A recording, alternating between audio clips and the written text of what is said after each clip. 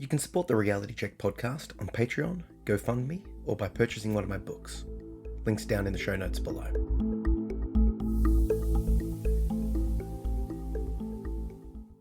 Welcome to the Reality Check podcast. I'm Zachary Phillips. So for today's episode, I've pulled the audio from another video of mine. This one's on my response to the Gillette ad. You know, the controversial one that's just sort of floating around social media. I thought I would give my response a little bit of a go and float my ideas and see what you think. I approach it in a bit of a different way to what other people are, and probably different from how you'd expect me to. So please take a listen and then, comment back to me on social, letting me know what you think of my interpretation and response to this ad, because these sort of things are going to pop up in the cultural zeitgeist every so often, and I would love to know what you think of my read of them. So anyway, thank you. Check it out.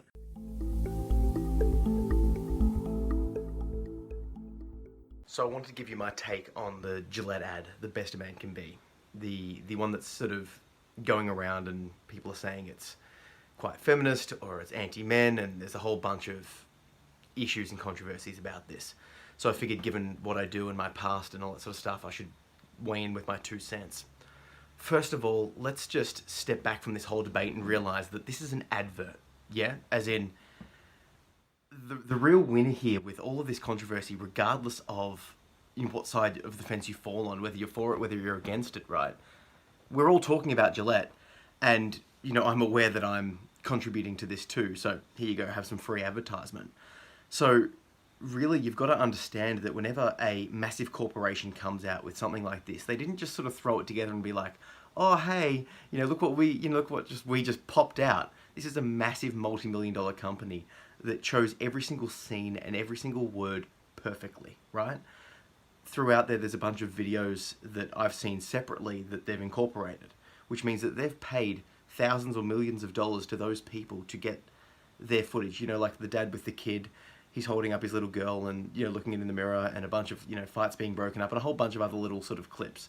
They have all been sourced and paid for by Gillette. So all of this publicity is great for their brand, right? So with that in mind, be aware we are talking about an advertisement that's designed to create controversy. It's designed to make people rally onto one side or the other. If you want to be popular in any sense, and this goes for people or for brands or for anything, you need to polarize. That means some people will love you and some people will hate you. So what Gillette is doing by making a controversial ad is they're putting their flag in the sand and saying, hey, we're over this side of the fence. If you're with me, this is the brand of shaver for you.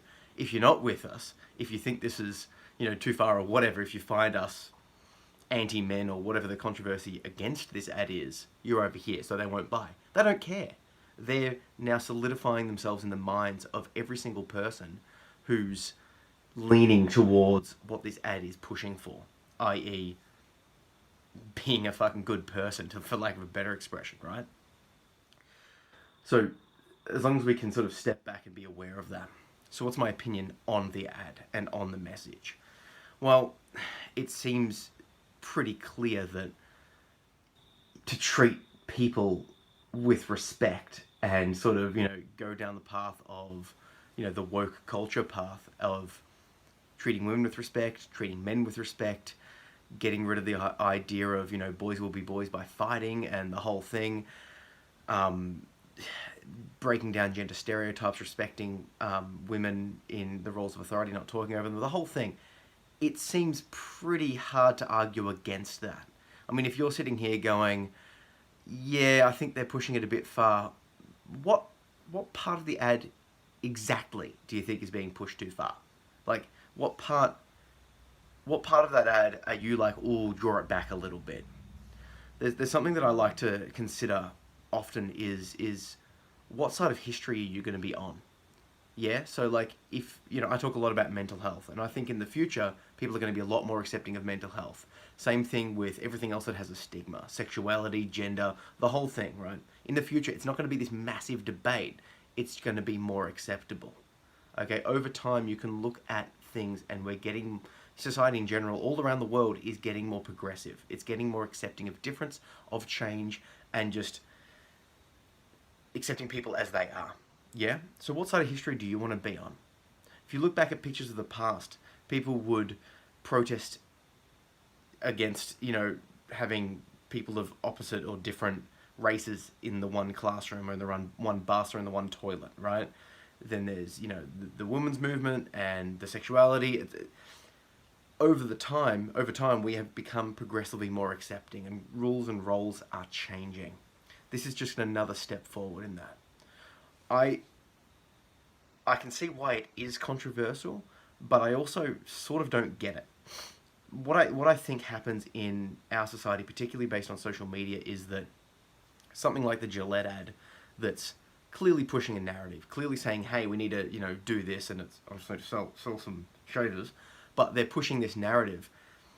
People on whatever side of the debate will slam it, and they'll push it out, and they'll pump it, and they'll put all the click view titles, and they'll just make people want to. They'll stir up opinions, right? So when I first see the ad, I might think, roughly a little bit of this way or roughly a little bit that way. But then I look on my social feed, and social feeds often tend to have this polarizing effect. As in, if you read one article, it will show you the next article that's a little bit more extreme. It's designed to do this to keep you engaged, to keep you coming back, to keep you doing more of the engagement on the website. If you keep coming back onto the website, onto the social website, to comment on these articles, to talk about this ad, you're giving the social media platform money, right? So your outrage actually is making them money. Gillette's making money because they're constantly getting mentioned, right? I.e. their products. And the social company is getting mentioned, is getting the traffic, so they're getting advertisement revenue. And the people that are making those articles are getting traffic to their website, so they're getting advertisement revenue as well, right?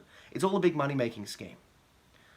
That being said, it is a conversation that needs to happen. I will clearly push the narrative of, down the progressive path on this one, just because it seems to be the only way that we can go. It doesn't. I can't really form a narrative in my mind to explain, like, yes, we should keep women oppressed, and yes, we should let boys be boys and not talk about stuff. It makes no sense to me. You know what I mean? Like, we should.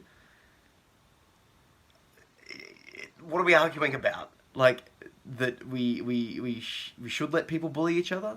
That we should let people fight and not treat each other with respect? That we should put down women in the workplace, or not respect what they're saying, or not, put another fellow human, regardless of their difference to us, equal? How can you argue that? I guess people try to, in the sense that they're worried about having their liberties taken away, or they're worried about being forced to, call someone by a gender pronoun that they're not comfortable with. Like, that's something that I see a lot of people, particularly, my generation and older. I'm 30, right? So I see people my age and older sort of on social saying, I'm not gonna call you by the gender that you want to be called.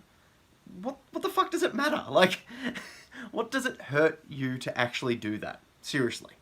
And if it is such a massive deal to you, you're probably not going to be in that person's life for long anyway, realistically. Like, if I wanted you to call me a female or a male or whatever, and it's an issue in my mind, and you're so bigoted that you can't fathom that thing, I'm cutting you. Like, I mean, sorry, you're done for me. Yeah? Like, it's the same thing with mental illness. If you can't get on board with the whole idea that mental illness is a battle and a struggle, and all that sort of stuff, I'll try and have the conversation with you. I'll talk you through it. I'll send you the links. I'll send you the resources. But if you can't get on board, there's going to come a time where I cut you. Yeah? I know I'm ranting. This sort of stuff just really irks me, that it can cause such outrage, and not even outrage, the fact that people get drawn into this on every single thing. I mean, what was the most, like, the one before this? The Childish Gambino video. And before that, there was something else. And before that, there was something else, right? There's always going to be this, this sort of zeitgeist advertisement or music video or speech or something that's going to come around. And because we've got this massive online culture now, it's going to keep coming around over and over and over and over and over again. These things are going to get viral, and companies are going to look at Gillette. They're going to look at this ad and go, look at the publicity it's getting. And I guarantee you, I don't know the companies that'll do it, but I guarantee you there's going to be a massive wave of other companies doing this. I predict that they're going to come out hard with this because it's a massive way to gain publicity, to get people talking about them. Yeah? That's what's going to happen. Companies are going to come out and get this ball rolling. Not necessarily, the skeptic in me will say that they're doing it for the money, to drive stuff back to their focus. The humanitarian, the optimist inside really hopes that there's people in there wanting to push social change.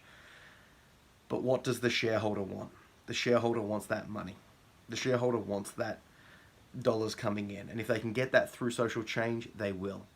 Other companies on the other side, I predict, will come out completely against it because their clientele will prefer that. What it comes down to, and this is what I'm going to leave you with, is if you like the message, vote with your money. Yeah? With any company. If a company's doing something you like and you want to push that, vote with your money and buy that product. If you don't like what it is, protest it, boycott it, don't buy it. Peace.